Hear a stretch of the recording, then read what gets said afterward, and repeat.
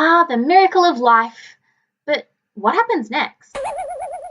This video is a guide to new Muslim parents as to Islamic practices at birth.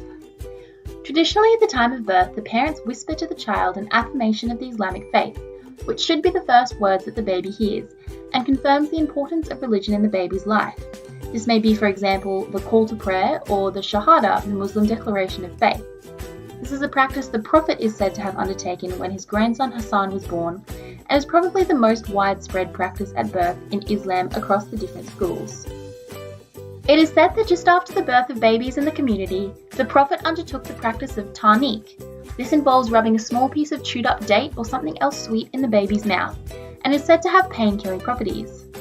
At this time, families might also choose to recite the first chapter of the Quran, offer prayers of health and protection for the child, or tie a ta'weez around the baby's wrist or neck. A ta'weez is a small piece of black cord with a pouch containing a prayer, which is believed to protect the baby from ill health. This is a particularly common practice amongst Muslims on the Indian subcontinent. If you have a baby boy, before you leave the hospital, it's time to think about circumcision, as many parents choose to undergo this procedure before leaving the hospital after birth.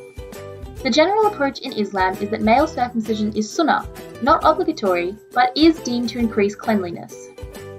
So now you've made it home from the hospital, what comes next? It's time for a celebration. The Aqiqah is a celebration whereby an animal sacrifice is made. A portion of the meat from this sacrifice is given to the poor, and with the rest, friends and family are invited to have a meal and give thanksgiving for the new baby.